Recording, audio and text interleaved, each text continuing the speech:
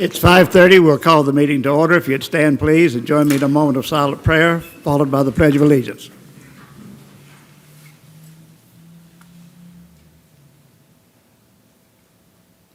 Amen. I pledge allegiance to the flag of the United States of America and to the republic for which it stands, one nation under God, indivisible, with liberty and justice for all. Thank you very much. Please be seated. Our first item is approval of the minutes of the Planning Commission meeting held on February 8 and March 8. Does anyone have any changes to the minutes? No, sir. And if not, do I have a motion to approve them for both meetings? I'll make a motion. Motion by Commissioner Ryan. Is there a second? Second. Second by Commissioner Gusler. We have a motion and a second. Any discussion? Then we'll vote. All in favor say aye. Aye. Any opposed say nay, and that carries unanimously. Okay, at the beginning of each meeting, we have a public comment period. There will also be a public comment period for each item on the agenda.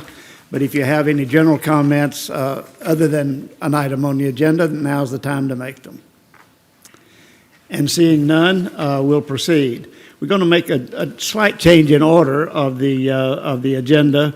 We'll do the Code of Ordinances first. Mr. Head has another commitment, so we'll see if we can get him out of here early. Thanks. Thank you, everybody. I appreciate you giving me this set of Welch amendments is a little bit shorter than the last ones that we've been doing. It's not to say we won't have any longer ones later on, but this is the fifth set of what we call Welch amendments, just for clarifications, corrections, or new portions for the land development code itself. In this case, we're affecting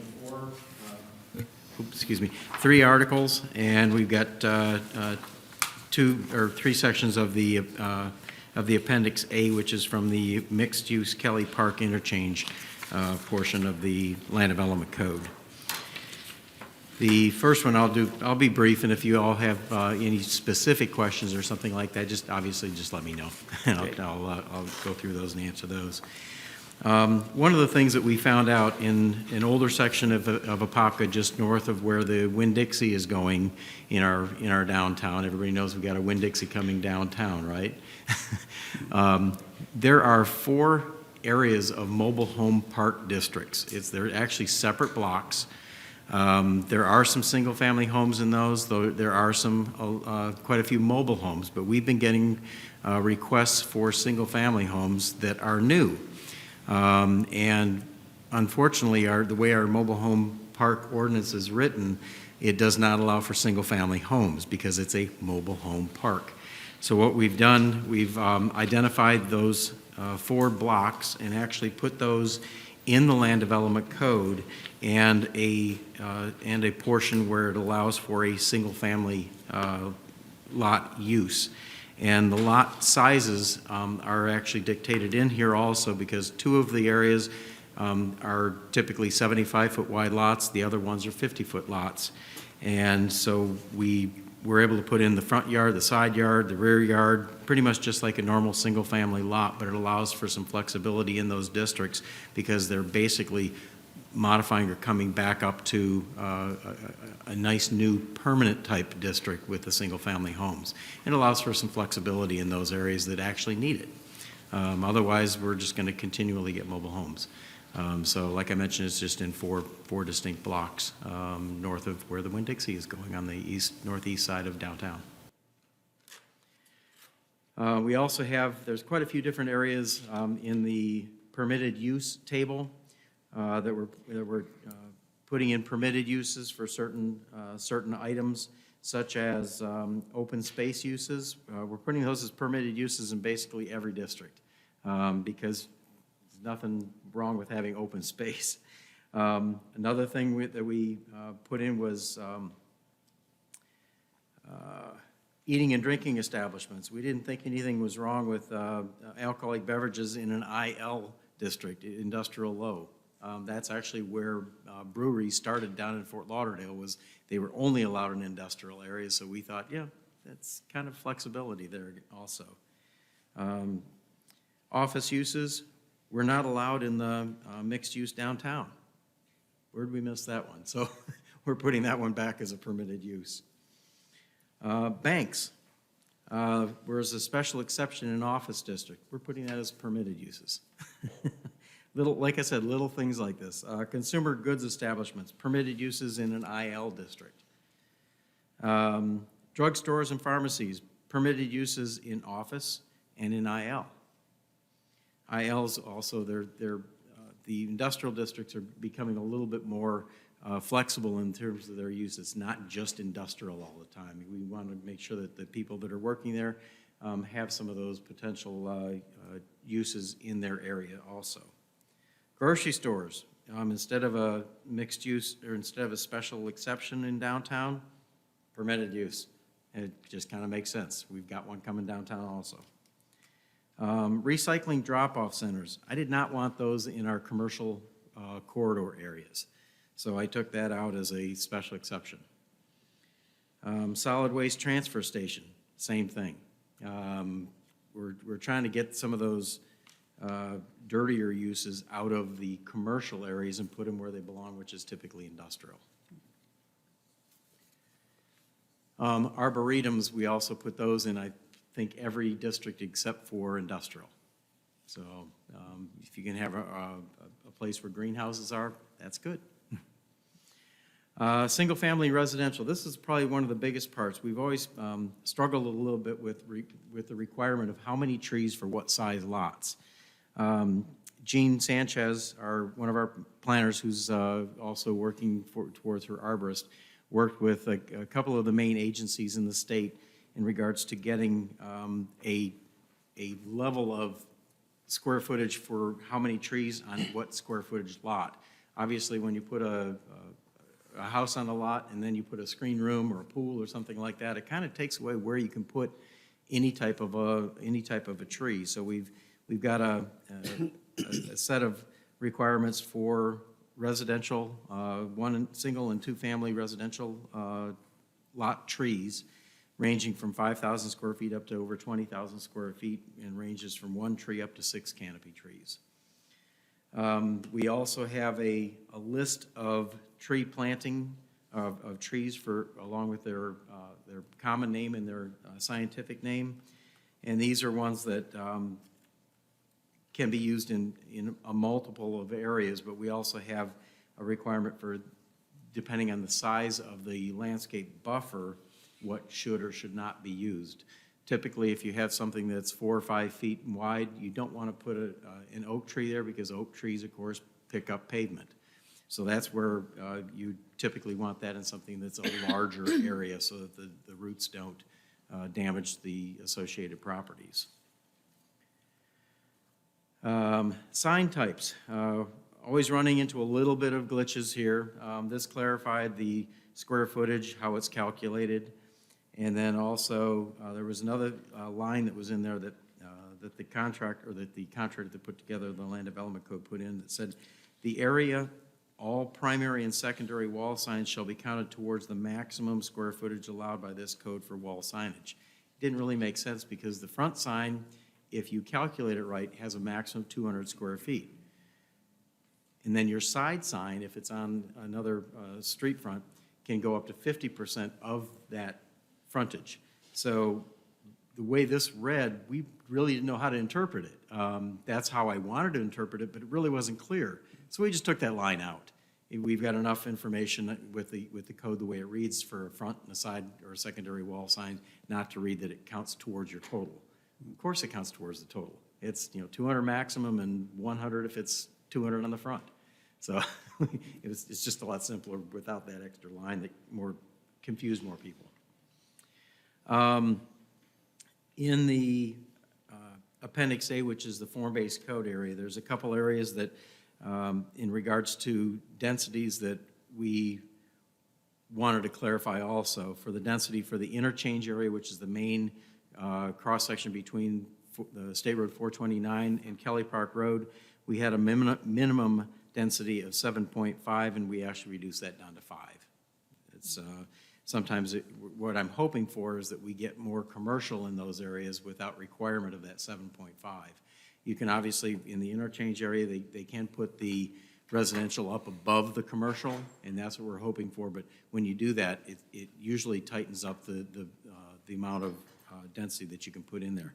We didn't change our maximum. The maximum is still 10, and then we've got a 15 with a bonus. And for the interchange area, if we can get an apartment complex on top of some commercial, it'd be a home run for that area. The other one that came up was with street standards, and there's a diagram actually in there with the alleyways. This is in, we did a review with the fire department, and because we do allow for alleys when the lots are less than 50 feet, we wanted to make sure that the fire trucks could still get down an alley. And the way this was originally reading, the alley was going to, basically was going to be 7 feet, 8, 9, like 9 feet or so total. Well, the trucks are 9 to 10 feet wide. So what we did, we made the pavement area, the actual drive area is 14 feet with 2 feet for the curb and shoulder area. So basically you're getting an effective 18 feet of travel lanes, and the fire department was cheering me for that one. So we don't have as much to worry about with the fire department and accessing those alleyways that we require. The other one that came up was in one of the districts, on-street parking, they had actually gotten down to 7 feet. And I don't know anybody that's got a car that's just 7 feet wide, so except for some of the really small compact ones. So I bopped that up to 8 feet, and the diagram that was there already had 8 feet. So the diagram and the requirement did not match. So we're catching those little ones like that. And then the big one that came up, this one had to do with the Kelley Park Northwest area that you had seen previously. They had applied for, and because it's in the code, we're allowed a bonus density based on public park land. Now they put in the right number of parks, they spread them out good, there's 2 pools, there's 2 parking areas, there's multiple parks throughout the area, but they got a density bonus because they put in public parks. Problem is, there's 700-800 units up there. More than likely, the people that are there are going to be the ones that are using it. If I live downtown, I'm not going to go up there to use a public park. Most developments, well, let's put it this way, any development with over 250 units already has a public park. They also put in pocket parks and dog parks and things like that for their own subdivisions, so they aren't going to jump in their car just to go to a different park so that they can throw a Frisbee. So what we are doing is we're taking that open space and amenities bonus feature out of the land development code for the Kelley Park interchange area. And last but not least, there was one, actually we got another small one after this. We did find one little caveat in regards to the single-family architecture. There was a line in there that referred, there was a table that referred to a maximum height limit for sheds is 15 feet, and we had another table that basically said any structures that, accessory structures, have to be, cannot be higher than the house height, which would be maximum 35 feet. That'd be like a 2-story house or something. So it basically said in one area 15 feet, in another area it said the height of the house. So you could end up putting a shed in that's as high as the house, and we didn't, that was not the intent either. So, you know, the way I would interpret it is it's 15 feet. But I wanted to make sure it was consistent in both sections of the code. And last but not least, this is one that actually came from Dr. Olmsted, who's one of our premier arborists in the area. Artificial turf and similar products cannot be used in place of natural turf grasses unless approved by the city for specific uses. So certain times, yes, we're going to have uses that can go with artificial, but yards should be grass. And basically where it's permeable and looks good. You know, and there's actually a lot of HOA documents typically will say you have to have real grass. So we're kind of mirroring that. And that's the main part that I've got for you. I have a question for you. Okay, thank you. Any questions?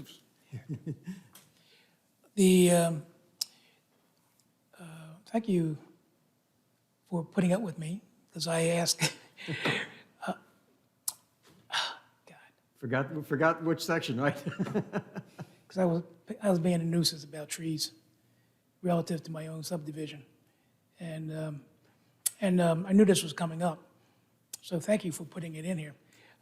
Quick question, where you have the number of trees per square footage of the property, Correct. this is like a go-forward Yeah, plan, we can't, right? we can't retroactively enforce it.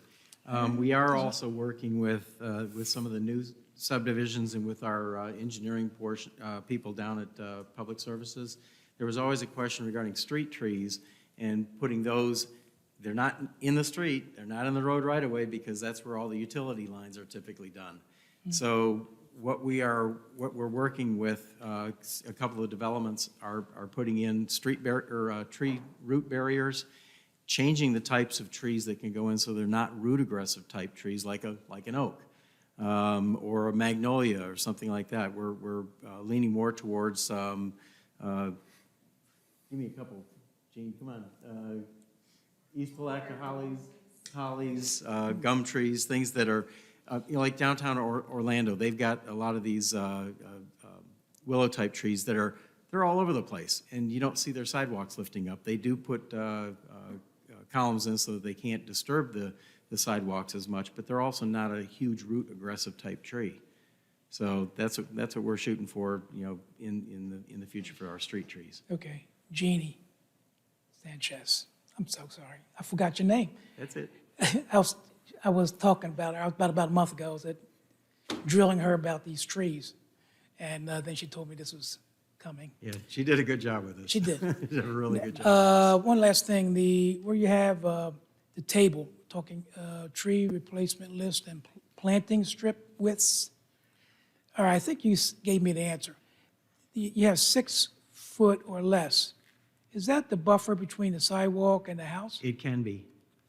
It can be. It can be. Or it can also be landscape buffers around properties. Whether it's, typically this is going to be where you're going to be doing commercial or office or non-residential type lots. We typically don't want trees in a 6-foot buffer next to a house or between homes. There's just not enough space for a tree to grow healthy if it's between a house. The trees should usually be in the front yard or the backyard unless you have a large lot in the first place. But a lot of the lots are going in, they're anywhere from 55 to 75 feet for the majority of the ones that are being built right now. So this has nothing to do with the setback? No, No, has nothing to do with it? no, Okay. Thank you. just buffer. Okay, further questions? Okay, Jim, thank you very much. We'll close the presentations and open the public hearing. Anyone wish to appear before the commission on this item? And seeing none, we'll close the public hearing, bring it back to the commission. What's your pleasure? Mr. Chairman, I approve the amendment to the Land Development Code and forward to the Apopka City Council for consideration. Okay, we have a motion by Commissioner Washington. Is there a second? I'll second. Second by Commissioner Ryan. We have a motion and a second. Any discussion? Then we'll vote. All in favor say aye. Aye. Any opposed say no. And that carries unanimously. Thank you very much.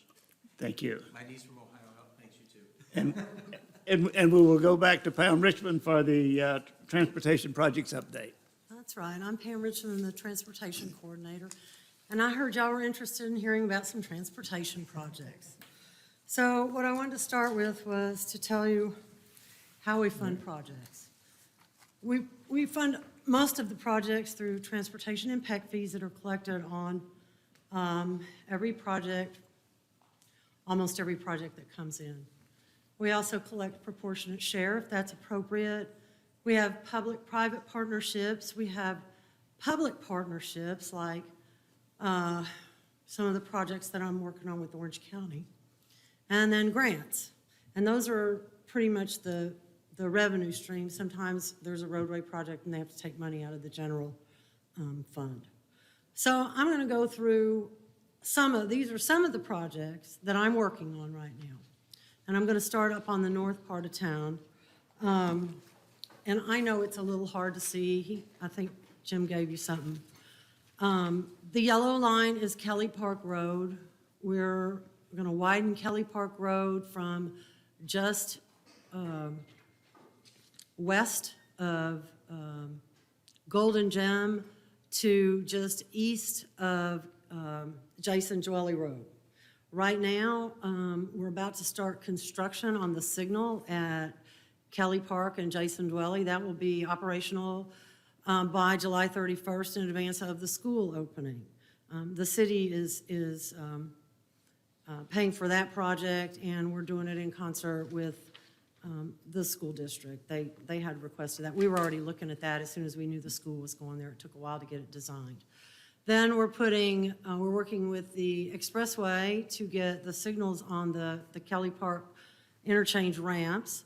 They're going to pay for half, and the developers are going to pay for the rest. And then we're going to signalize Effie, Golden Gem, and the signal farthest to the west is at the entrance to a new development. That developer, as well as the developer with the Rochelle Holdings piece. Help, this is new. Oh, maybe it's this one.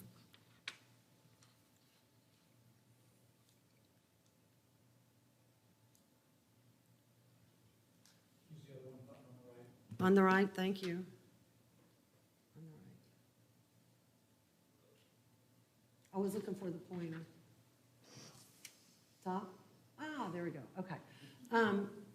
The developer of this parcel up here, it's, I don't know, 800 to 1,000 residential units and some mixed use. And then this is the Rochelle Holdings piece. They are teaming up along with other developers in the area, and we're going to advance the design and construction of Kelley Park to Plymouth, Sorrento. This road is Golden Gem. That's a county road. We've met with the county on this project. They understand that we're going to make improvements to the northern part of the road. And after they resurface the rest of the road, we'll take that road. It'll become a city road. This is what we're calling Sadler Road. We have got the right-of-way, and we've got it under design to connect Sadler Road from Plymouth Sorrento Road. Did I miss that? Oh, yeah. We have this part under design right now. We have all the right-of-way that we need. And when Rochelle Holdings comes in, we'll have all the right-of-way we need here to connect Sadler from Plymouth Sorrento to Golden Gem. And ultimately, we're getting the right-of-way and design work to connect Sadler Road all the way over ultimately to 441. That one just, we wanted to do that, and all the pieces just fell together. And we'll have a traffic circle or roundabout or something here. This is Effie. It will also be installed with the Rochelle Holdings piece. Plymouth Sorrento Road, a county road. We work with the county on this project. The county has requested that we get right-of-way every time we annex something and approve a development. And so far, nobody's told us no. We get 30 feet of right-of-way. So when the county's ready, we'll talk about how we're going to get that widened. So everything, well, all the way up to Haas Road and down to, well, actually all the way down to Connector Road, we're taking right-of-way. About when would that happen? On this one. And then the last one is over here. This is Round Lake and Kelley Park. This developer is adding turn lanes here and whatever else we need. I don't think a signal warrants yet, but Round Lake is a county road. Kelley Park is the city. So because the developer is in the city, we're going to go ahead and take the lead on that project and do it. What I got here? Okay. So starting up here, Wesley Road and 441, there's a signal coming in here. This is in Orange County's maintenance area, but we decided to take the signal for no other reason than, don't be offended, Brian, but we're easy to work with than the county is, and time was of the essence. And the county did not object to us taking that, and they have been our partner on that project. They help with review, comments, and so forth. This is a signal, and that one's under construction. You should see that up. The mast arms are in, it's ready to go. Here is the next signal. It's at Apopka Airport Road. It's being designed, and we're going to share the cost with this developer and then the developer that's coming in on the seminary site. An important project. DOT, I've got the yellow highlighted. They're doing what's called a triple R project. It's a resurfacing project. And so we're all working together, the city, the county, and DOT, to make sure that the signals stay coordinated. Here is Hogshead Road. This is a city road. Almost virtually every parcel along Hogshead Road is coming in for industrial development, and each developer is contributing to widening the road about 2 feet on each side and resurfacing. It's in terrible shape, and some are doing it for impact fee credits, some are just doing it because they have to. The hospital property that's coming in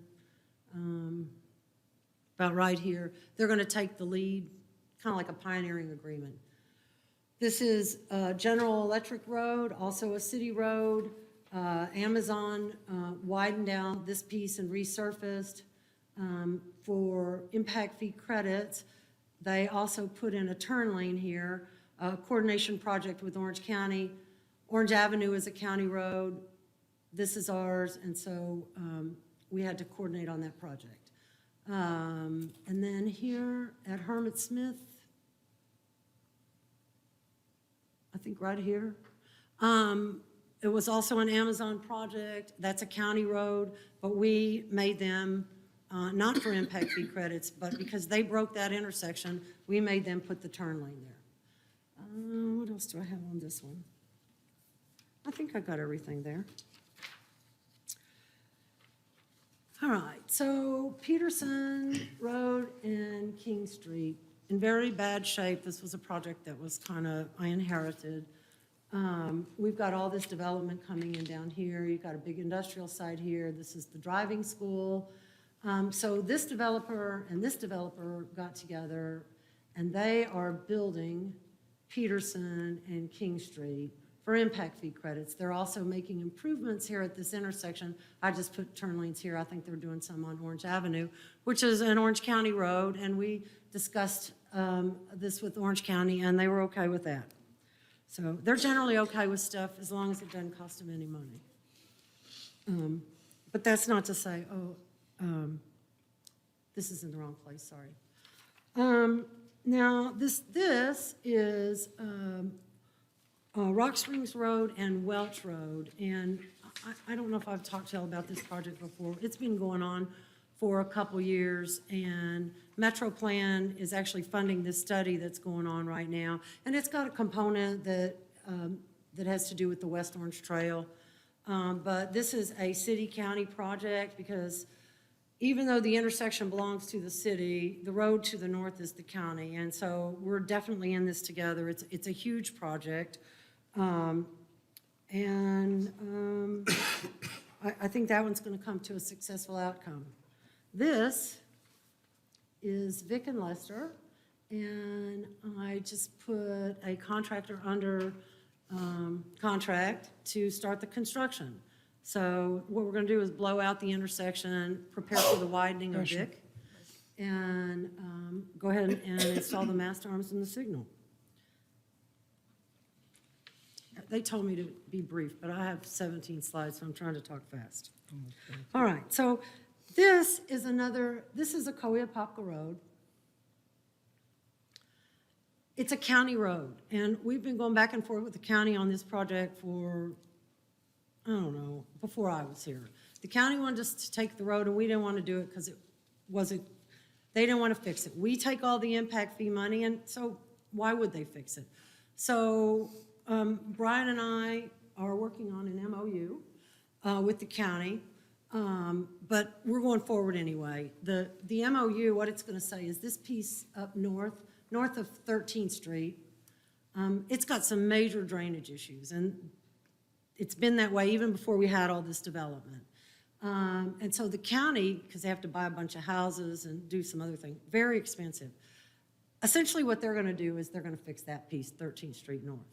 we, the city, are gonna take our $20 to $30 million in impact fees, and we've got a study going on this piece right here from Harmon Road up to, we're going all the way to Hawthorne, just to, to lay out what we need, find out where alignment needs to go. And then that study's being done by the developer here, that's the Bronson property, north and south of Boy Scout. And once that study's done, then they're gonna design it and build this segment from here to here. Right now, the development right here, this industrial development, they are designing and installing the signal right here at Martin Road.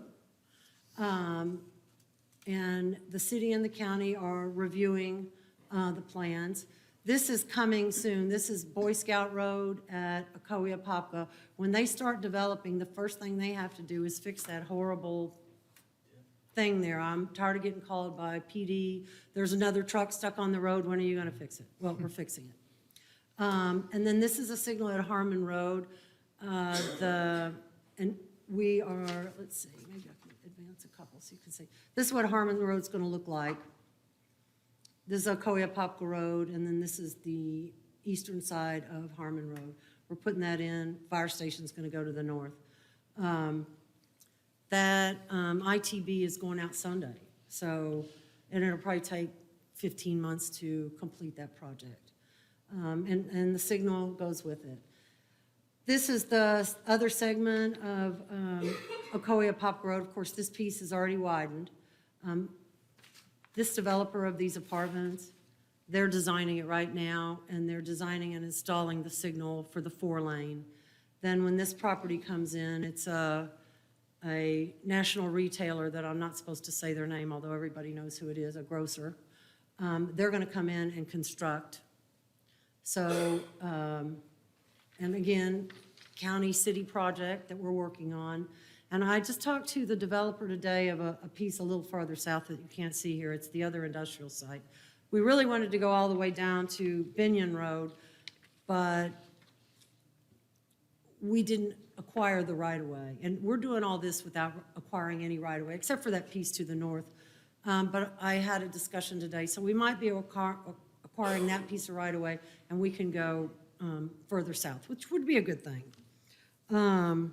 And then one other project, it's going to be right here. We talked to the expressway. They asked us, do you have projects?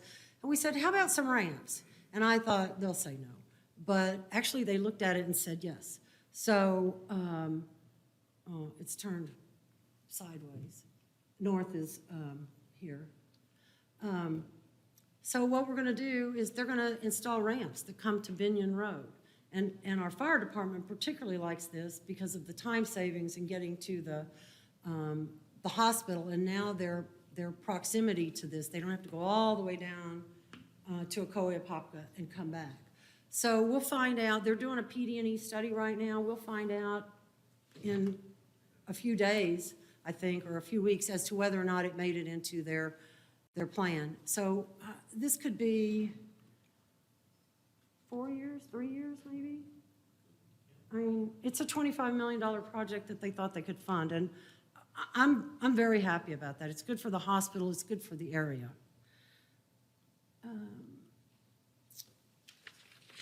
This is Errol Parkway and 441.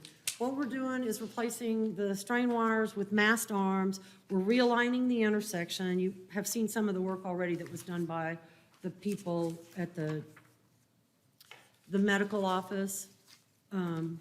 We have an agreement with them. They've cut the easement. We're fixing the signal. The other thing that we're doing on the north side of the intersection, we are going to widen it a little bit so that you can actually fit cars there. You'll have a right and a left turn lane, actually be a right through and a left, because those people are, it's rutting out the road pretty much, and they don't like it. So there'll be room for them.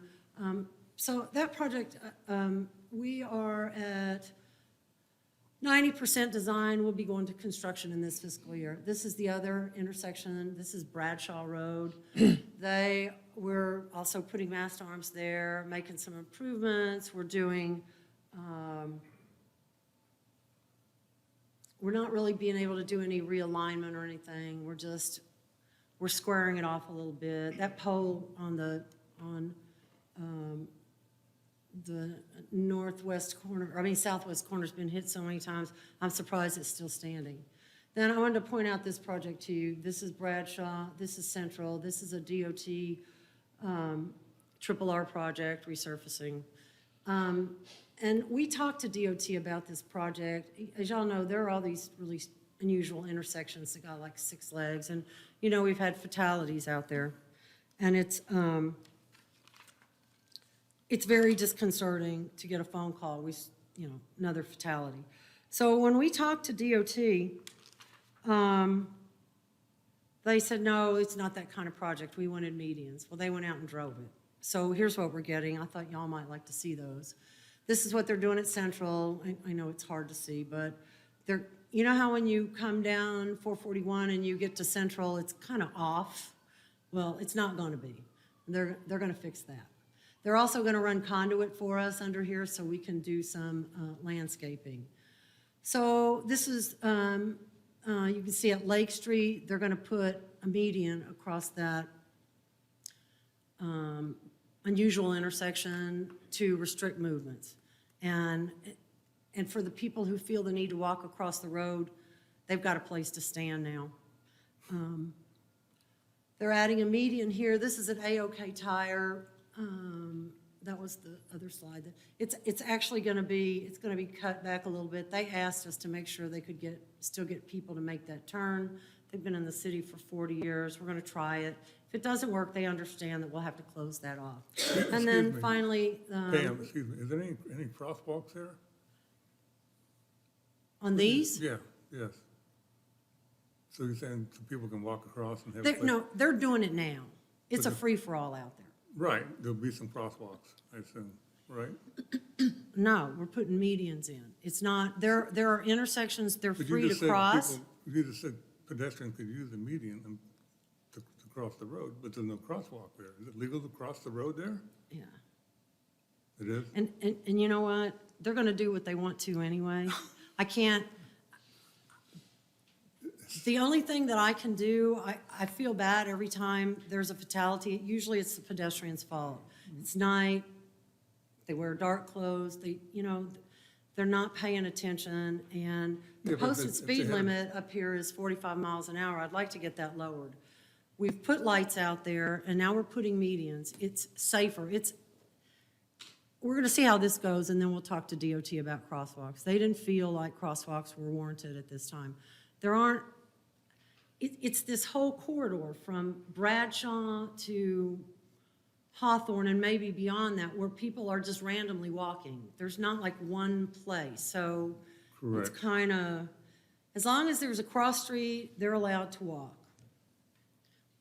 And again, they're going to do what they want to anyway. We can invest in crosswalks. So Doesn't you mean they're don't going to believe use in crosswalks then? I'm sorry? You don't believe in crosswalks? I do believe in crosswalks. But you don't think they're effective? I do think that they're effective in appropriate situations. You're talking about a long, I don't know where to put them. There's a crosswalk at Bradshaw, but people don't walk in the crosswalk. They walk 20 feet Yeah, east of it. I agree. And I can't move that. I understand. And that's kind of the way it is here. If I had to pick a place to put a crosswalk, I'd put it right there in front of AOK Tires. Because people walk from one side, the land use on the other side, it's kind of a land use issue. There's a convenience store there. And so the guys go from AOK Tires over there to get a drink or, a sandwich or whatever they serve there. So I get what you're saying, but this is a start. Let's see how this goes. I'm just trying to stop pedestrian fatalities, and I think DOT is too.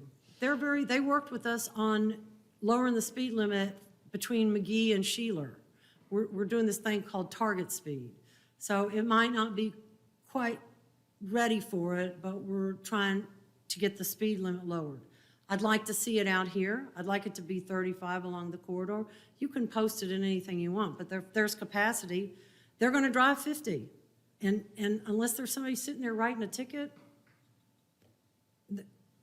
So safety improvements like medians, a place to stand and maybe be seen, is better than nothing. And DOT will decide if and when there will be crosswalks. I can only ask. And then I had one more thing that I wanted to show you. That's the last crosswalk. We've done a Trails Master Plan, and I'm very excited about this. This is kind of it's a little more than a draft, but we're gonna be updating our transportation element of our comp plan. And we're gonna incorporate this in and have it enhanced. So there are other roadway projects that I have on my desk, but I thought that was plenty. Pam, I have a question for you. Yes.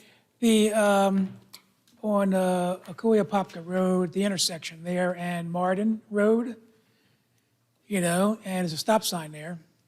But as you know, we have approved projects on Martin Road. And one has been in progress. We're going to talk about another one tonight that's on Martin Road. Years ago, we approved the Martin Road Apartments. We approved the Central Florida Prep School. And around the corner on Harmon Road is the crossings at Emerson Park. So up on the ridge there, you got a little kingdom up there. But I just wonder, about, and I guess eventually Harmon Road will connect between that point and the hospital. But Yeah. my point is this. There are different ways for traffic to move away or disperse from that area. But was there any thought about more traffic control at Martin Road and Apopka, Apopka? Yes, sir. It's under design right now, and I expect you to see construction out there within the year. Okay, for a That's light? one of the projects that we're doing with Orange County. Oh, okay, that's good. Yeah, the industrial development that's on the east side of the road, Mhm. they're designing and constructing that. That's probably a $1.2 million design and construction Okay. project. All right, And that'll be the first improvement on the corridor that you'll actually see no, I take that. The second one, okay, Harmon Road is gonna be first. The signal at Harmon Road and the Harmon Road extension construction. okay, very good. Thank you. Yeah, it's a big project. I never thought that it would come to fruition, but we talked and talked and talked and decided it was something we need to do together. They want us to take the road, the county wants us to take the road, and we don't want to take it till it's fixed. So we're doing it in a mutually beneficial way. Okay. Is Martin Road county or city? Martin Road is a city road. All right, thank you. I'm watching it. I don't think that it's because, especially when we put Harmon Road in, and widen Apopka Road, I don't think Martin Road's going to need to be widened. It's just the traffic volumes just don't seem to be there. So not even in our forecast. So I think Martin's gonna be okay, but it's a safety issue at that intersection. It needs a signal. Absolutely. Thank you. Okay, further questions? Yes, I do. Pam, can you help and clarify, during the process, when a parcel or a piece of property goes through the process, we have a lot of confusion, I think. We're asking traffic questions and asking you for traffic studies in a future land use or a zoning change. Can you explain where in that process of negotiation between the builder, developer, and the road improvement, where that happens, and at what point that becomes relevant to our discussions? Not so much a comp plan. There are state laws about a traffic study. The problem with the traffic study that comes with a comprehensive plan, it only looks at roadway segments. And when you get to rezoning and then site plan, that's where you look at the roadway capacity and the signals. I will tell you that based on our traffic counts, we have very few capacity problems on our roadway segments in the city. Most of the ones that we have are things we can't do anything about, like Main Street right out here. Certain times of day, it's level of service F, and we're not ever going to widen Main Street, or we won't have a downtown. So we have to start looking at the intersection. So when these projects come in, you can get a comp plan amendment that'll tell you you can have a maximum density of 15 units to the acre, but the reality is they might only be able to fit 7 on. So as soon as we're pretty sure what their site plan is gonna look like, that's when I'm reviewing the traffic studies and looking out to see what I want them to fix. And that's really what it comes down to. Either they're just gonna pay their impact fees. We don't have districts, so I can use impact fee money from any place in the city on any place in the city, which is good because, you know, we have like these 3 areas where we have the airport area, we have the Kelley Park area, and then we have the hospital area where we've got these big things. I understand. My question is more directed toward, in the process, for our benefit in the process, at what point is the traffic study need to be completed for us to ask questions about it? Either Because it seems like rezoning or you're site constantly plan. asked about a traffic study early in the process when it's not completed. I'm just trying to clarify It's, that. it's probably you might see it at rezoning, but definitely at site plan. But it's required at site plan, but it's not required at zone. It's required sometimes. It depends on how much traffic the project's gonna generate. That's why I generally wait to see what their final site plan's gonna look like, or what they're trying to move through the process. So, if it generates more than 400 daily trips, they have to do a traffic study. Or if I know it's in an area where there are issues that need to be resolved, if they're only generating 200 trips, I have the ability to tell them to do a traffic study, because I might need them to fix an intersection or install a turn lane. I understand. So it's, yeah, I would say potentially at rezoning, but certainly at site plan. Okay, thank you. Okay, further questions? Yes, I've heard you use this terminologies in the past. Tell me the difference between road enhancements and road improvements. Road enhancement and road improvement. Yes. I've heard you use those in the past at different times. It's relative. It just kind of depends on what you're talking about. An enhancement can be like out on Hogshead, where we are widening the road, but we're not adding a lane. We're just widening it. It's a capacity improvement, but it's not the typical capacity improvement like just going out and widening a road. So that's not a road enhancement, that's a road improvement. That would be, yeah, that would be a road improvement. All right, let's go back to Kelley Park Road. You're rating 4, 5? I'm sorry? You're adding 5 red lights to it? 1, 2, 3, 4. The ramps are actually considered one signal. Actually, So, yeah. no, actually, there's 6 here. You're adding, looks like you're adding 6 red lights. I mean, that's more red lights than Rock Springs Road has.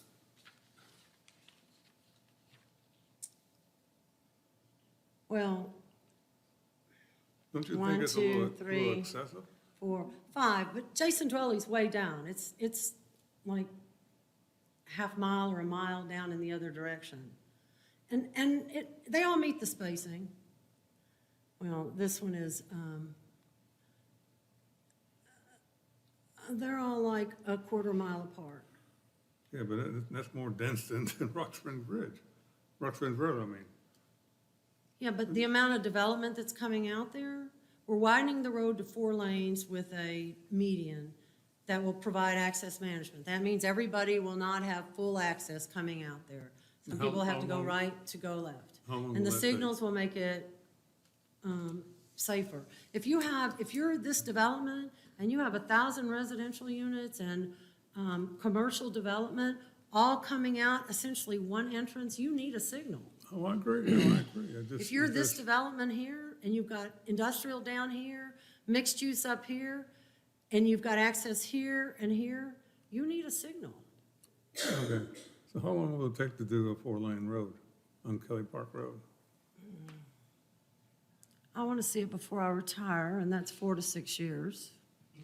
I think it just takes 2 years just to get land, property rights. Plus, you need to add retention ponds, right? When you That's go part from- of the design. It's about to go under design now. We've done this preliminary study. We studied the whole corridor. We've got pond sites technically located. We've done the geotech on that. We've got the survey. Okay, So good. they have to come in and design it. And if we need right-of-way, we need right-of-way. But all these developers that are coming in now on both sides of the road are giving us 30 feet of right-of-way. Okay, what about Golden Gem Road? What's going on there? Golden Gem, the plan for that is we're not, that's gonna be a 2-lane road, but kind of like a 3-lane road. It's gonna be a 2-lane road with With a a, medium? no median, just turn lanes. Turn around, great. That's the whole point of this form-based code area, to get a grid going. You don't need 4 lanes everywhere. Okay, now why is it a double stripe on Golden Gem Road? I mean, it's a straightaway. Why is it double stripe? That's the county's road. We're just fixing it. The function of traffic out there. There's no traffic out there now. Why has it got double stripe? I could go back and find out why. Okay. I can't tell you. I mean, it's a substandard road the way it is now, because certain areas it's less than 19 feet across. And that's And the to double stripe makes it even smaller. Understood, and that's to prevent passing as well. There's probably vertical curves in No, I've that been down area. that, I've been down that road. It's pretty straight, it's pretty flat. Okay. It is what it is today, and Pam's got a plan to improve it or enhance it. And Right, there's we're doing that. there's no speed limits heading south. There's no speed limit signs heading south on Golden Gem Road. I'll call my colleague at Orange County and tell them they need to get out there and post signs. I mean, there's It's- none at all. I mean, how do you know what the speed limit is? We'd be happy to address that. Thank you. They fall down, people don't tell us. You know, you're telling me there's not a speed limit sign. I don't notice every time I Yeah, drive it. heading south, there's no speed limit sign. And I can name a few other places. I agree with you. I would say that for the city, we're working on it. One of our technicians, Juan Montealegre, he and I have been working together, identifying places, and with Steve Harmon, or Sergeant Harmon, we're actively looking for those places, because they can't enforce the speed limit if there's nothing posted. You might know it's 45, but if there's not a sign there, they can't write a ticket. Correct. So, yes, so anytime you see a place that needs a speed limit sign, you can call me, and I'll send Juan out. We've got a bunch in Okay. stock. Well, I found one for you right now. Yes, sir. No, I'll call Orange County tomorrow and tell them, would they please go out there? Because some things, it's, So there's no speed limit signs, there's no speed limit then, right? no, it's 30. Okay, further questions? Yeah, Jim, one last question. Do you have a timeline for the widening of Plymouth Sorrento Road? No, I think the county's got it in their 10-year plan. 10-year? But, you know, if the 1 cent sales tax goes through, all these projects are gonna get advanced. So Okay, when you say I a think 10-year it's- plan, you mean 10 years from, when you say a 10-year plan, do you mean 10 years from now? Or will it be completed in 10 years? It's Roughly, somewhere roughly. within 10 years. It's not funded yet. Okay, So, but like I said, it's a county, that's a county road. We are not taking that road. We are helping them by getting right-of-way. So that when they're ready to widen it, when they get the money together, because right-of-way is what kills a project. You don't have right-of-way, people think that their property is a golden, a gold mine, and so they think that their property is worth way more than it is. So sometimes that kills projects some people you can't negotiate with. And the city has never used eminent domain, but again, it's a county road, and they're aware that things are, it's, the property's filling up out there and it's coming. yeah, okay. Thanks, Pam. Okay, anyone else with questions? Are we dependent on this 1% sales tax increase? Are we depend- what? Are we depending on the 1%? No, none of the stuff that I've talked about has anything to do with the 1 cent sales tax. Good, good to I hear. have money to do every project that you've seen out here through impact fees or proportionate share. That's good to hear. Okay. Very good. Pam, thank you very much. I think it's safe to say that you have a full plate, but the I do. information This is very helpful. Just one little part of my job, but I'm happy that I've got projects going to construction now. So you'll start seeing some dirt turning pretty soon. And I'll come back and update y'all in Very, very 5 good. years or so. No, in a few months if you want me to. Okay, appreciate it. Thank you very much. Okay, our next item is ordinance number 2927, providing for the keeping of chickens in residential zoning classifications. We have a staff presentation by the city attorney. Thank you. Good evening. The ordinance that's before you this evening for your review and recommendation is allows for the use for the keeping of chickens in residential neighborhoods. Believe it or not, this is not the first time I have written a backyard chickens ordinance. This is actually my second backyard chicken ordinance. The purpose of the ordinance is to allow folks in single-family homes to keep their own chickens for personal use. Namely, a lot of the times what folks have been using for is you can basically get your own eggs. This is not a unique situation. The ordinance that as drafted is modeled after Orange County's. City of Orlando has one. As I said, get my math right. 3 years ago, I drafted the Volusia County backyard chickens ordinance. The main regulations in regards to the ordinance are as to the placement of the chicken coops, the construction of the coops. You're only allowed 4 chickens on the property. You have to get the consent. Let me not get my ordinances confused. But most importantly, if you intend to apply for a backyard chickens permit, you must complete an agricultural course that the University of Florida's IFAIS extension offers. They do offer that here in Orange County. Once you have that certificate that you've completed the course, you meet the requirements, then a permit is submitted to the Community Development Department, and the authorization is done by the Community Development Director, who issues the permit to allow for the chickens to be placed on the property. One main requirement, and I guess it goes without saying, is that you can only keep hens, you cannot keep roosters. What we've also done in the ordinance is also clarify something that code enforcement has run into a problem with, is that the ordinance will further clarify that you cannot keep livestock or other type of what could be considered agricultural fowl. No peafowls, no ducks, no, right now off the top of my head, I can't remember what other type of fowls, but that was also going to include livestock. No pigs, no goats, no sheep in residential. These are animals that are reserved for an agricultural use and for properties in agriculturally zoned districts. So this is now clearly enumerated in the code. Code enforcement has run into problems where folks are trying to keep these animals within their residential properties, and we're getting complaints from the local community.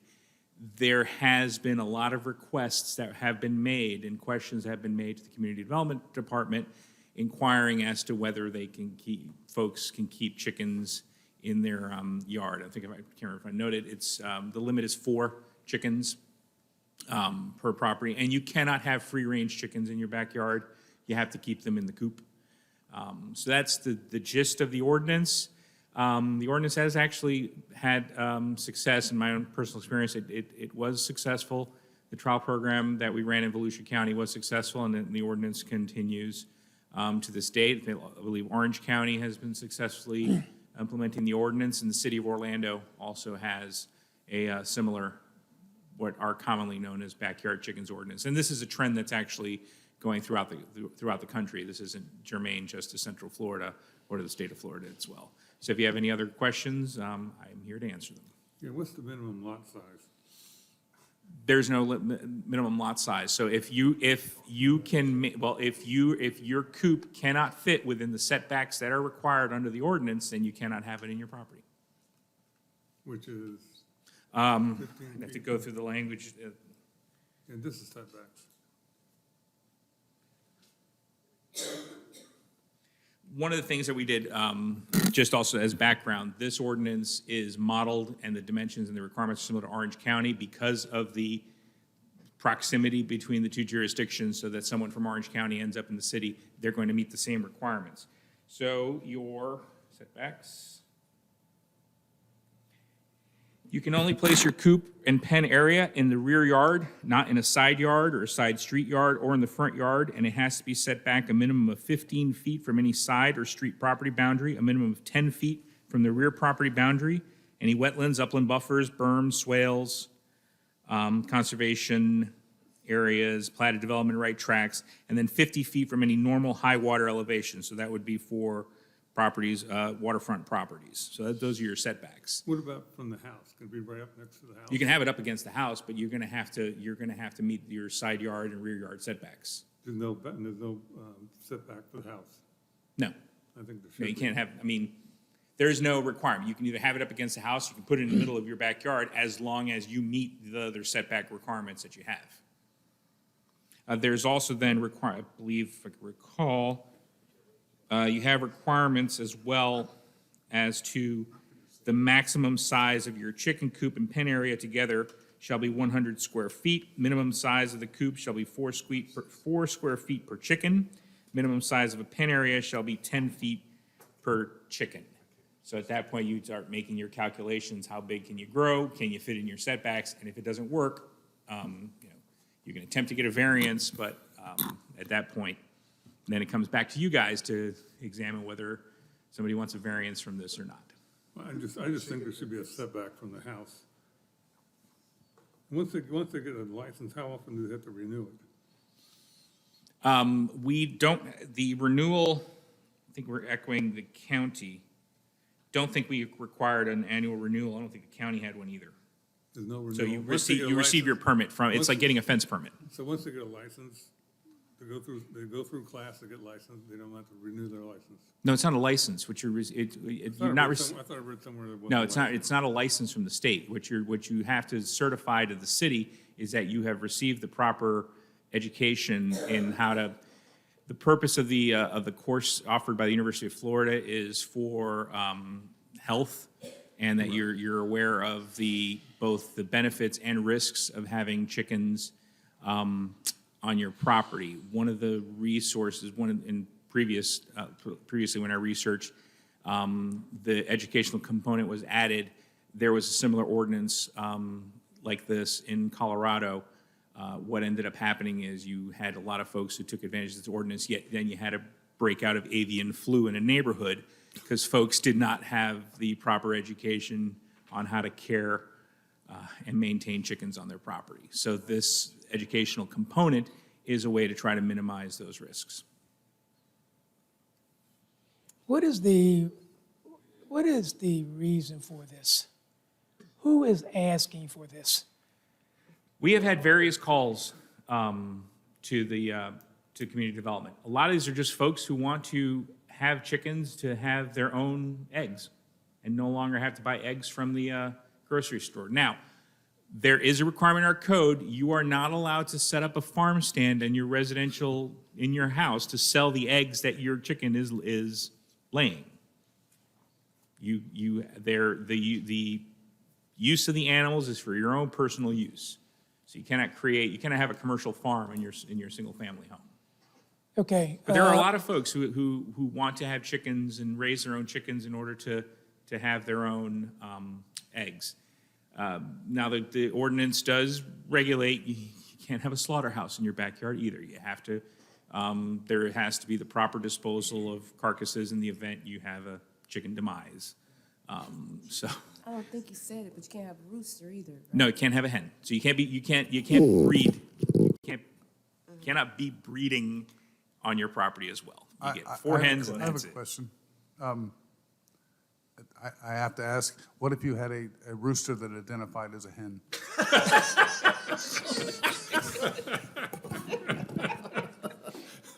Cut off his mic.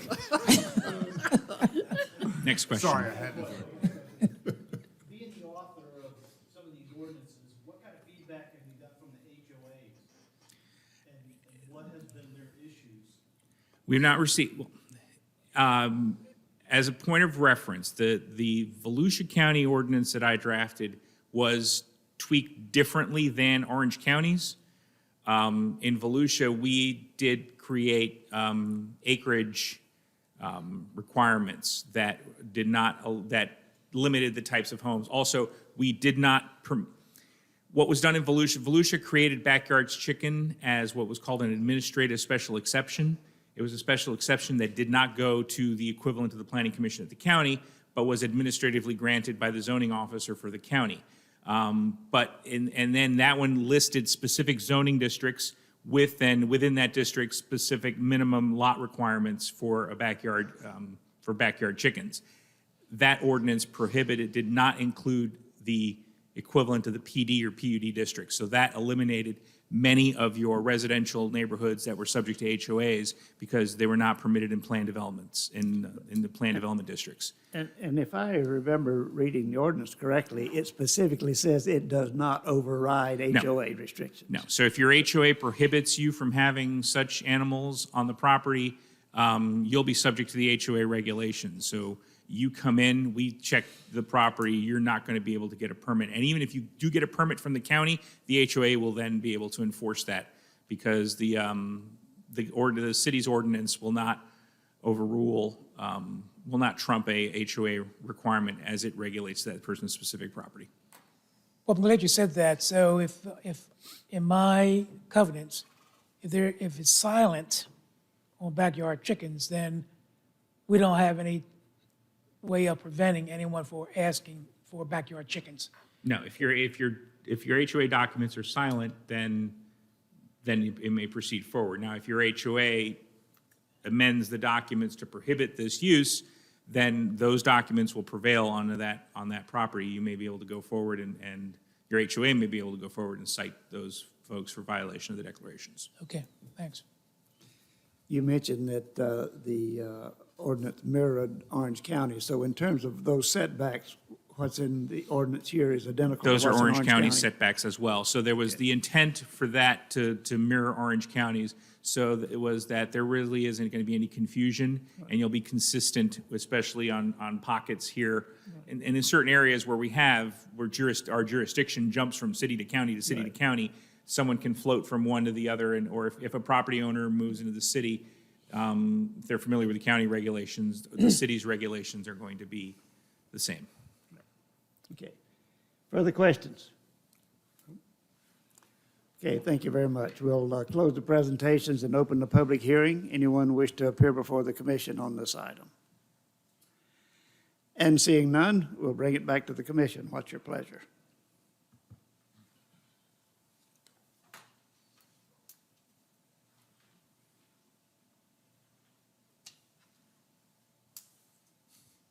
Any discussion? Anybody want to make a motion?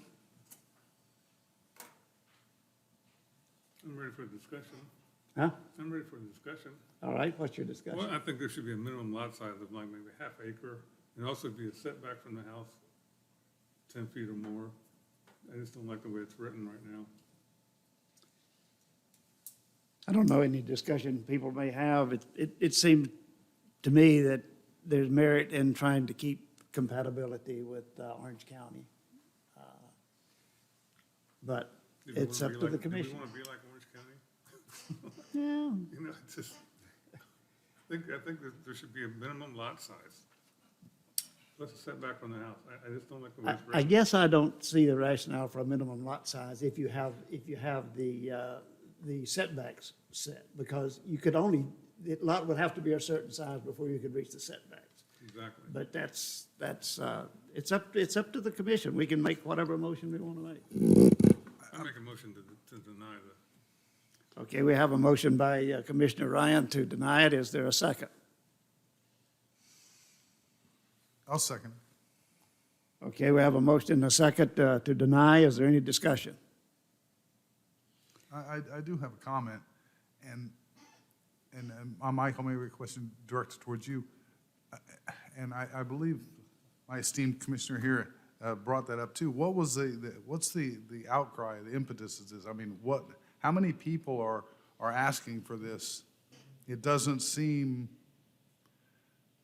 I mean, I don't know the demographics of Apopka real well. I know there is a large community that probably wants that, but how many people are actually asking for it?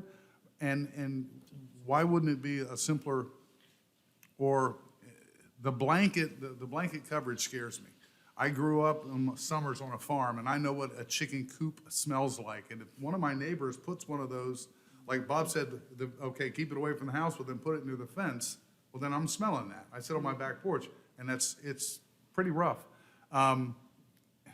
Maybe if it was in a, the rural zoning, but to put it in a residential, it seems like, why couldn't you just, I mean, now I don't know if there's the ability for somebody to come and ask for a variance to have them. Is that possibility now? No, because there's no, you cannot seek a variance from use. Okay. And you cannot, and so the wording of the language, you can't have these animals, this is an agricultural use in residential properties. So this would create a carve-out to allow a less intense agricultural use on residential properties if the property owner elects to undertake the process to complete the educational requirement, submit a site plan showing the construction and the plans for where this coop will be placed, meet the setback requirements that the code requires, and then have to meet the requirements and the checklist that the community development director has to meet in order to approve a permit for this use on the property. I'm just saying that it seems, okay, and this is just a hypothetical. Okay, and I'm not concerned about either one of my neighbors. I know neither one of them would near chicken, with a 10-foot pole. But okay, say I come from somewhere else. I move here into one of these new Emerson Park subdivision or whatever, move into a new subdivision and build my house, have my back porch, my swimming pool and that, and then lo and behold, 90 days later, somebody puts up a chicken coop on the fence or the property line next to my home. And again, I don't know how many people have been around a farm, but it's very nasty. A bird cage and then having large birds like that and having that in the neighborhood, what is that person's recourse at that point? Maybe you put in the ordinance that you have to get, permission from the neighbors, or if that's too hard to do, then it needs to be a variance and it come in front of here. And if 4 of his neighbors come up and go, no, we don't want it, then the answer is no. But I think opening the door to this, I'm just thinking to myself, if I bought a brand new house and, one of these new subdivisions and somebody put a chicken coop in my fence, I would lose my mind, or buy a coyote and throw it over the fence or something. But it's just, that's my concern, is that it's not something that anyone would expect to deal with in a neighborhood like that. Now, maybe the HOA is a good enough protection for that. I don't know. The problem I've seen with it, because I do have a couple in our neighborhood, is people violate it. They do have roosters.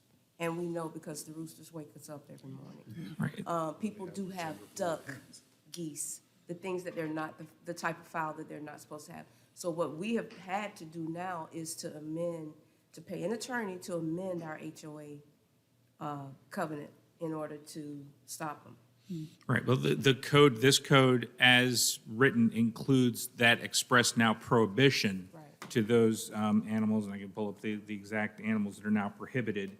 You're now, read it when I first found out, so therefore because I now could it not opens read. the avenue for code enforcement to actually go in and issue a violation, and even now had- you've got the force of we've code had enforcement liens.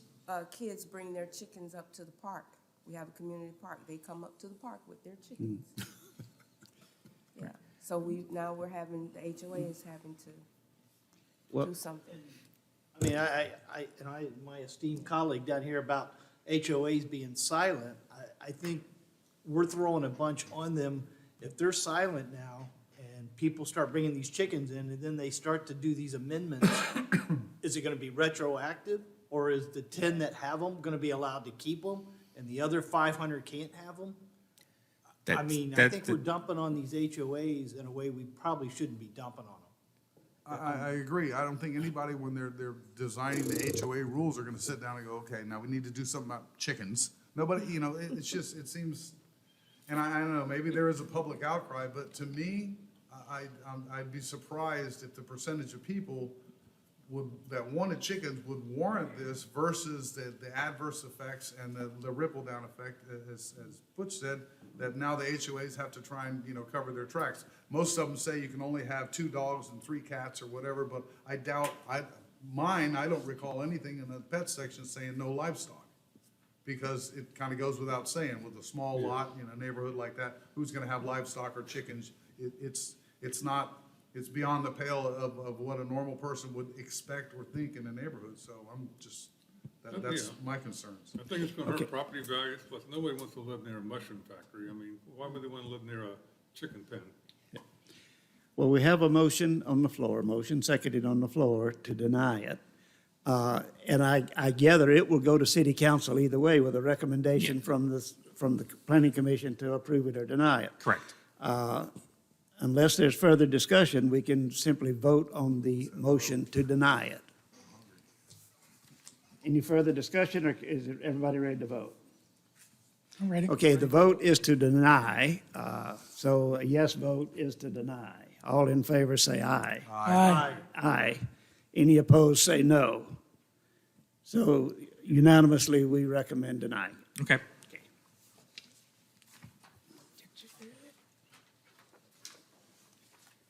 Okay, our next item is a comprehensive plan, small-scale, future land use amendment, 345 West Orange Blossom Trail from county commercial to city commercial. Owner is Vision Car Wash 2 LLC in care of Brandon Peterson. Applicant is Brandon Peterson. It's located at 345 West Orange Blossom Trail, and we have a staff presentation. Good evening, Dean Sanchez with the Community Development Department. This is a request to recommend approval of the future land use amendment for 345 West Orange Blossom Trail from county commercial to city commercial.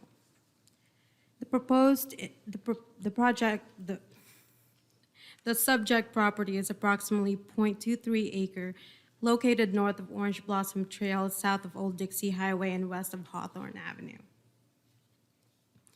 A request to assign a future land use designation of commercial is compatible with designations assigned to abutting properties. The applicant is also applying for mixed-use downtown MUD zoning district, which is compatible with the proposed commercial future land use and happens to be the next item on the agenda. The Development Review Committee recommends approval of the future land use amendment, and the recommended motion is to recommend approval of the change of future land use designation from county commercial to city commercial, subject to the information and findings in the staff report. Staff and applicant are available for questions. Okay, any questions of staff? Any questions of the applicant? And the applicant can make a presentation if he so desires, but if not, we'll, okay. No questions of either? All right, then we'll close the presentations and open the public hearing. Anyone wish to appear before the commission on this item? And seeing none, we'll bring it back to the commission. What's your pleasure?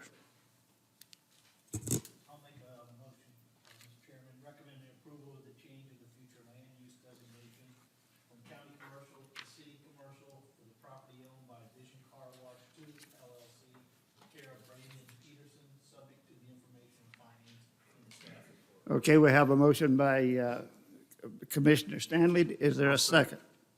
I'll second. Second by Commissioner Guster. We have a motion and a second. Any discussion? No, sir. Then we'll vote. All in favor, say aye. Aye. Any opposed, say no, and that carries unanimously.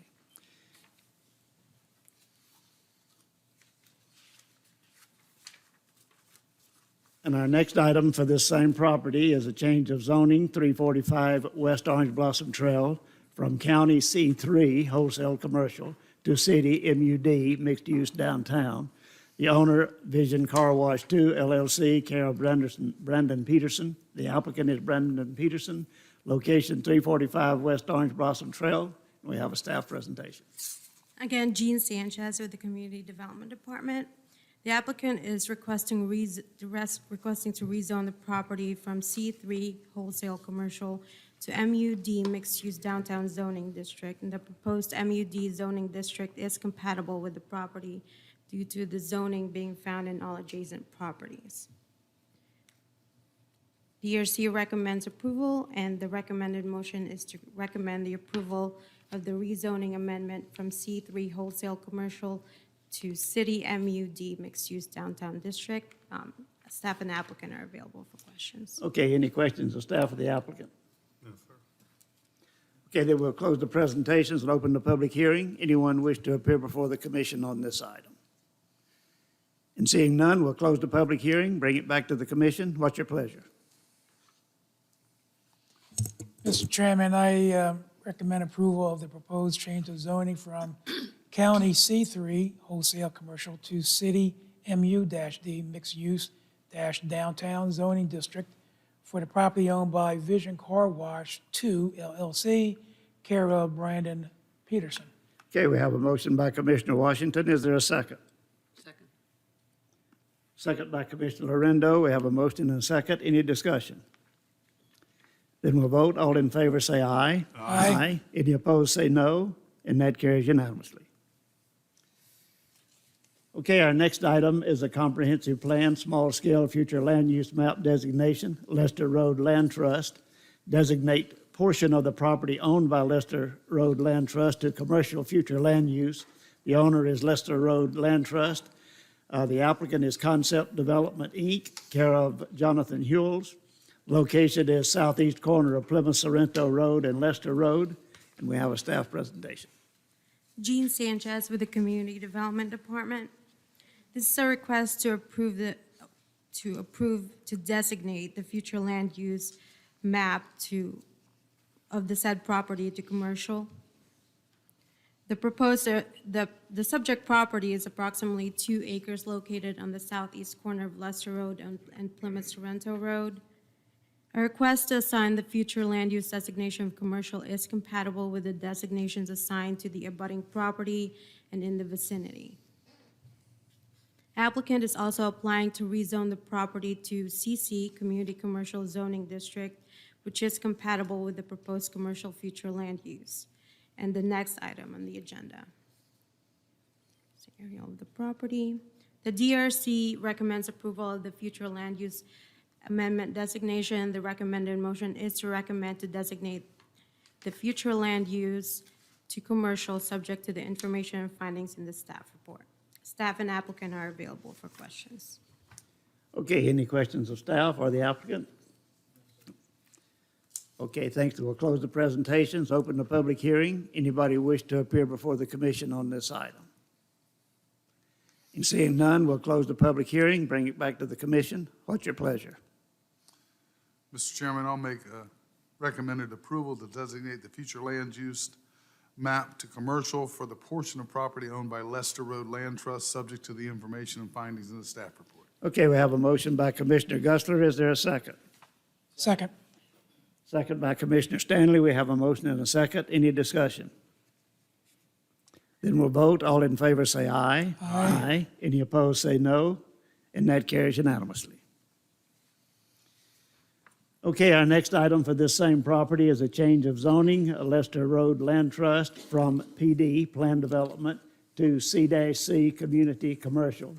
Owner is Lester Road Land Trust. The applicant is Concept Development, Inc., in care of Jonathan Hewells. The location is southeast corner of Plymouth Sorrento Road and Lester Road, and we have a staff presentation. For the record, Jean Sanchez with the Community Development Department. This is a request to recommend approval of amending the zoning designation of the subject property from PD, Plan Development District, to CC, Community Commercial District.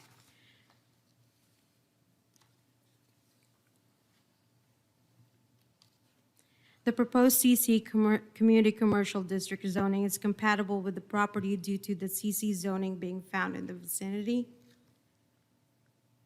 The DRC recommends approval, and the recommended motion is to approve the zoning amendment to CC Community Commercial.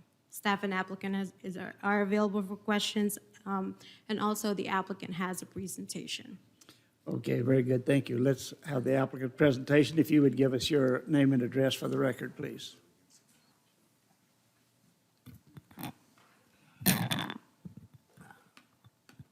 Good evening, Chairman and fellow commissioners. My name is Jonathan Hewells with the Lowndes Law Firm, 215 North Eola Drive, Orlando, 32801. We of course concur with staff's recommendation.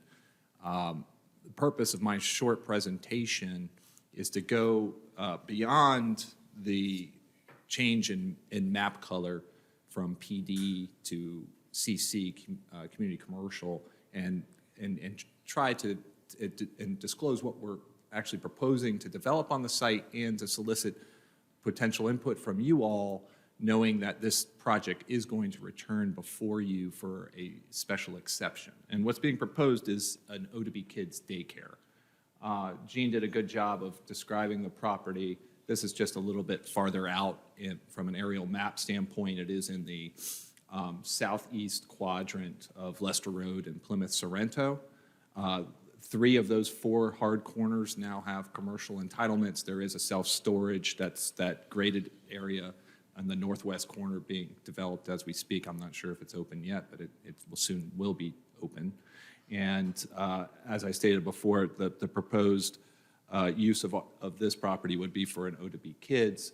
In community commercial, that requires a special exception. We've been working with staff for a few months on this project, had a few pre-apps.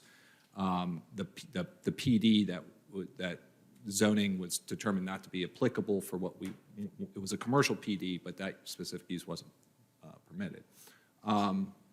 Here's the site plan. We've worked this through. This followed the comp plan, future land use change, and the zoning change through DRC, and it's been through DRC review. We also presented this at a virtual meeting we conducted, and we did have 4 folks in attendance, 2 of which live immediately adjacent here along the shared boundary. I would say it was a productive meeting. One of the only request they had was to ensure that there was a concrete wall, 6-foot concrete wall, constructed along the eastern boundary. We received positive feedback on the actual site plan design, and that pushing the building farther to the west, putting the stormwater as additional open space between the active use and that existing residential subdivision. We have some conceptual elevations to share with you. The proposed building's just under 11,000 square feet. It's a single story. It will be owned and operated or owned and leased by O2B Kids, which is based out of Gainesville. It's not a franchise. They are continuing to grow their presence within the state. They have over 30 locations right now. They're in the process of upping that number to about 45. They have 4 existing locations in Central Florida. They have another that's under construction and another that has just been permitted. So, and really, they're entering this market because they're following the growth. They look to see where the underserved areas of our communities are in terms of preschool and daycare uses, and they're looking to get into those locations and provide a valuable service that's needed for our communities. Here's just another. This is from the northwest kind of corner of the property, and this would be kind of taken, if you can imagine, from if you stood in the stormwater pond and shot out. In terms of process, like I said before, we submitted the application right at the start of the new year. We did conduct that community meeting in February. It was a productive meeting. I think I've shared and kept one of the members that attended that was one of those neighboring property owners in the loop on where we are with the process and the change to commit to putting in that concrete wall along the shared boundary. We did go through DRC review of the 2 applications that are before you today, as well as a special exception in March. We're now here before you on the recommendation for the comp plan amendment in the rezoning, and then we'll be taking those to the city council meetings in May, the first and second ones respectively, for the readings of the ordinances. And then the way the process works, and why I wanted to find out if there was any solicit some feedback from you all, was we don't want to be continuing to work on this project if there's a significant issue, either from the community, but doesn't appear there will be, based on, I don't believe there's anyone here to speak on the item, or from you all on the proposed use. We don't want to be spending 2 months in process and find out that it's not the pleasure of this board for such a use. So I never go beyond oftentimes a staff recommendation for approval and concur and sit down, but I thought just in terms of this developer and being forthright with what we're doing with the property, we wanted to disclose that and just solicit any input you may have on it. And I'm happy to answer any questions you might have. I also have Sean Waglow from Concept Companies, who is going to be the developer, and an OTB Kids representative here as well to answer any questions you might have about the operations. What is the capacity of the children?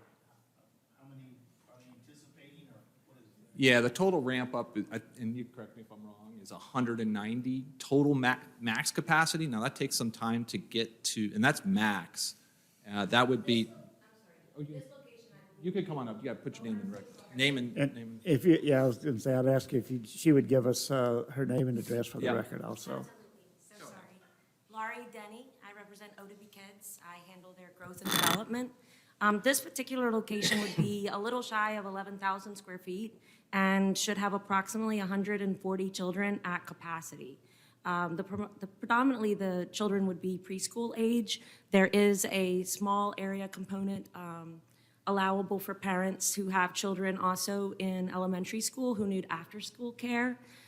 So there would be the ability for parents who have children in a local elementary school. We have our own buses that we take and pick up after-school children and bring them to our locations.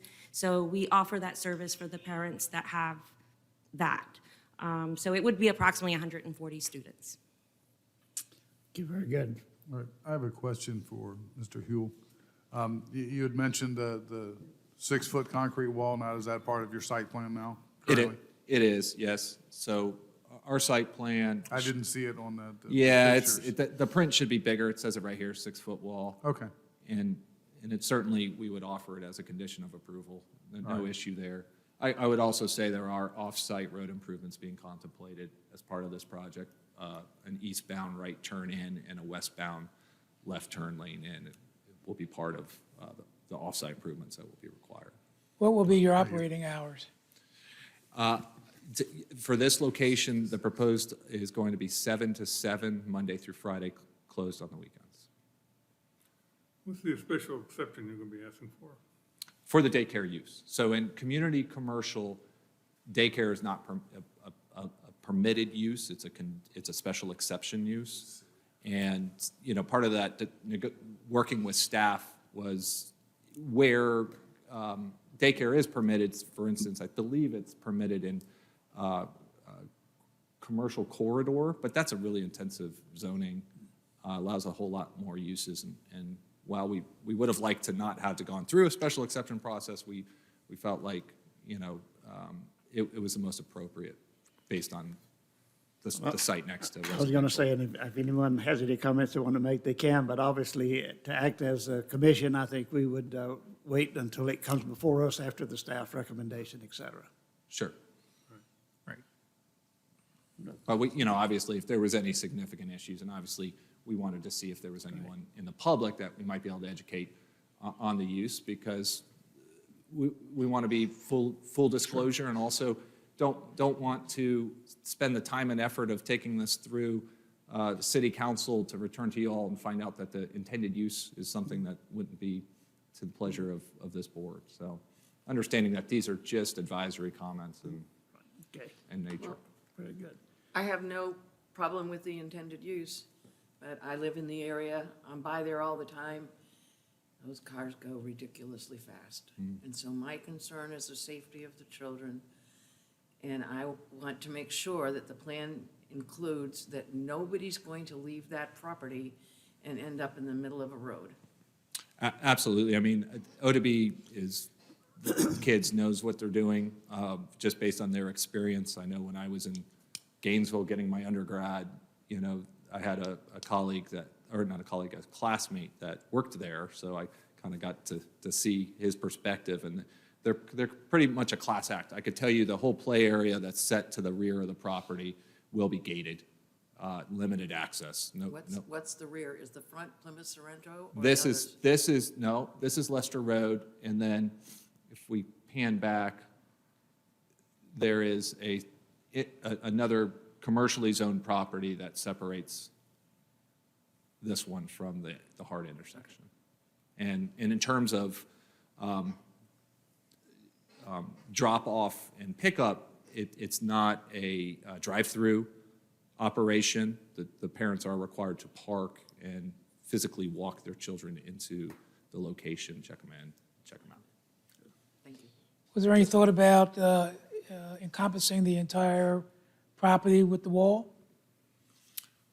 Not at this point, because it's not required by code. We don't know what's coming. Probably not a buffer needed if it's another commercial use, which certainly it's going to be on the west side. And I think that quadrant of the intersection is going to continue to change. It's not going to be a single-family residential subdivision to the rear. I just don't think based on the commercial uses adjacent, it's going to be. What is to the south of your property? Yeah, to the south, it's still agricultural, so that's going to have to Nursing go home, through a isn't it? change. Yeah, I mean nursing home, nursery. Sorry? That says a nursery, isn't it? The backside. Yeah, I think or it's fallow. Let's take a look at the aerial. Yeah, looks commercial. It's either a nursery or something of an agricultural use. So you don't think for the protection of your clientele, continue with a wall around that property to protect your kids would not be smart? Well, it is gated. I mean, there will be a fence up to surround it, but it's certainly not required by code.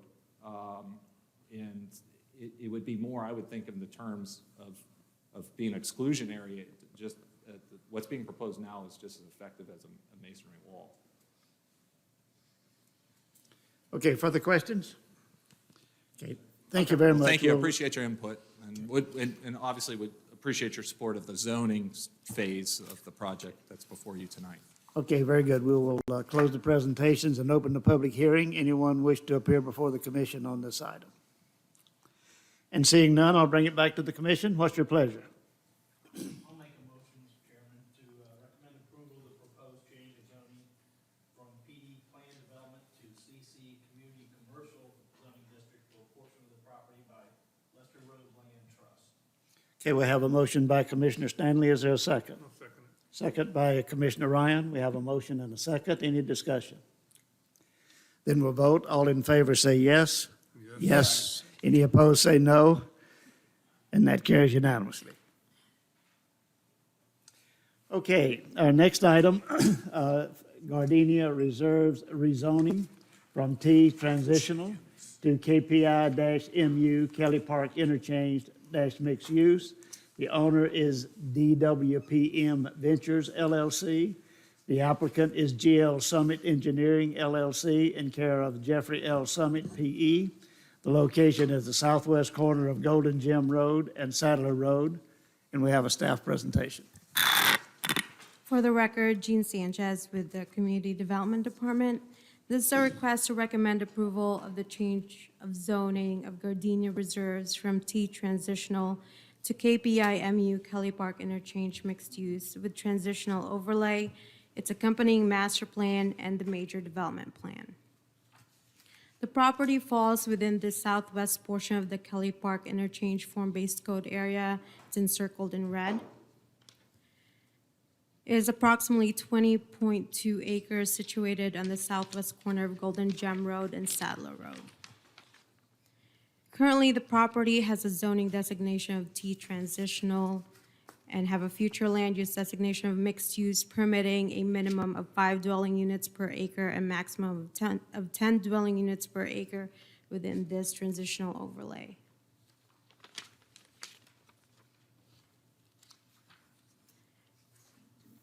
The accompanying master plan and major development plan propose the development of 141 townhome units. Each residential unit will have a minimum lot width of 21 feet, a minimum living area of 1,250 square feet, and up to 2 stories.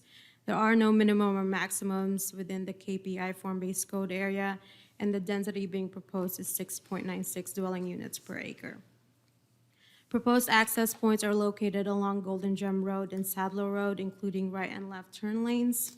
The applicant also proposes a total of 7.8 acres of open space area, while 3.04 is required. Proposed amenities comprise of a pool and cabana, a dog park in the northeastern portion, another one on the southwestern portion of the development, a tot lot, and a passive play field area. 2 stormwater tracks are located along the western and southern boundaries. DRC recommends approval of the rezoning master plan and major development plan, and the recommended motion is to recommend approval of the proposed change of zoning from T transitional to KPI MU Kelley Park interchange mixed use with the assignment of transition overlay district and the master plan and the major development plan. Staff and applicant are available for questions. Okay, any questions of staff? No, sir. Any questions of the applicant? Okay, we'll close the presentations and open the public hearing. Anyone wish to appear before the commission on this item? And seeing none, we'll bring it back to the commission. What's your pleasure? Mr. Chairman, I'd like to make a motion that we find the proposed Gardenia Reserves change of zoning and plan and master plan, major development plan consistent with the comprehensive plan and land development code and compatible with the character of the surrounding areas, recommending approval of the proposed change of zoning from T transitional to KPI MU Kelley Park interchange mixed use, assignment of the transition overlay district, and the approval of master plan and major development plan based on the findings and facts presented in the staff report and exhibits. Okay, we have a motion by Commissioner Norwood. Is there a second? Second. Second by Commissioner Lorindo. We have a motion and a second. Any discussion? Then we'll vote. All in favor say aye. Aye. Any opposed say no. And that carries unanimously. Okay, our next item is a comprehensive plan, small-scale future land use amendment, Oaks at Kelley Park, Phase 4, from county rural, max 1 dwelling unit per 10 acres, to city mixed use, 15 dwelling units per acre, minimum 0.25 FAR, max 1.0 FAR. The owner is Robert T. and Alana J. Hutter. Applicant is Toll Brothers, Inc. The location is 2523 West Kelley Park Road, and we have a staff presentation. Thank you, Mr. Chairman. Bobby Howell, Planning Manager. Property is located at 2523 West Kelley Park Road and is 9.53 acres in size. It was annexed into the city on March 16, 2022. Applicants requesting a future land use amendment from county rural to city mixed use. The property is located within the 1 mile radius of the State Road 429 Kelley Park Road interchange. Based on this, the subject parcels will be allowed a minimum density of 5 dwelling units an acre and a maximum density of 10 dwelling units per acre, as this property is within the transition character zone of the form-based code area. It's the orange color that you see on the screen, which is the transition. Applicants requesting approval of the small-scale future land use amendment to develop the Oaks at Kelley Park Phase 4 subdivision. Request to assign the future land use designation of mixed use is compatible with the designations assigned to the surrounding area to the east, which is within the Kelley Park form-based code area. The Development Review Committee recommends approval, and the recommended motion this evening is to recommend adoption of the future land use amendment. Staff and applicant are available for questions. Okay, any questions of staff or the applicant? Nope. Okay, thank you. We'll close the presentations and open the public hearing. Anyone wish to appear before the commission on this item? And seeing none, we'll bring it back to the commission. What's your pleasure? Mr. Chairman, I'd like to make a proposal to find the proposed amendment consistent with the comprehensive plan and compatible with the character surrounding area. Recommend adoption of the future land use map designation from county rural to city mixed use. Okay, we have a motion by Commissioner Gustler. Is there a second? I'll second. Second by Commissioner Norwood. We have a motion and a second. Any discussion? Then we'll vote. All in favor say aye. Aye. Any opposed say no, and that carries unanimously. Okay, our next item is a major development plan, Emerson Point Phase 2. Owner is Emerson Point Phase 2 LLC. Applicant is James O. Palm, P.E., Appian Engineering LLC. The location is 1890 South Hawthorne Avenue. And we have a staff presentation. Thank you. Once again, Bobby Howe, Planning Manager. The major development plan is for 225-unit residential development consisting of 97 single-family homes and 128 townhome units developed in one phase at 1890 South Hawthorne Avenue. Property is approximately 69.65 acres in size and is zoned PD via PD master plan that was approved by the City Council on November 3rd, 2021. The major development plan is consistent with all elements of the approved PD master plan, including lot sizes, unit sizes, access, and open space. Development Review Committee recommends approval, and the recommended motion is to approve the recommended approval of the Emerson Point Phase 2 major development plan. Staff and applicant are available for questions. Okay, any questions of staff or the applicant? Okay, we'll close the presentations, open the public hearing. Anyone wish to appear before the commission on this item? And seeing none, we'll bring it back to the commission. What's your pleasure? Mr. Chairman, I recommend approval of the Emerson Point Phase 2 Major Development Plan. Okay, we have a motion by Commissioner Washington. Is there a second? I'll second. Second by Commissioner Gustler. We have a motion and a second. Any discussion? Then we'll vote. All in favor say aye. Aye. Any opposed say no. And that carries unanimously. Do we have any old business? Do we have any new business? Mr. Chairman, I would like to say, I believe that our favorite planner is not be with us anymore after tonight. He said this was his last meeting and they made him handle the last item, so he'd have to stay through the whole thing. Well, I think we all just give him a handshake or applaud him we should for his thank him. performance. Thank him for all the help. for sure. Okay, very good. Any further new business? There being no further business to come before the commission, will be adjourned.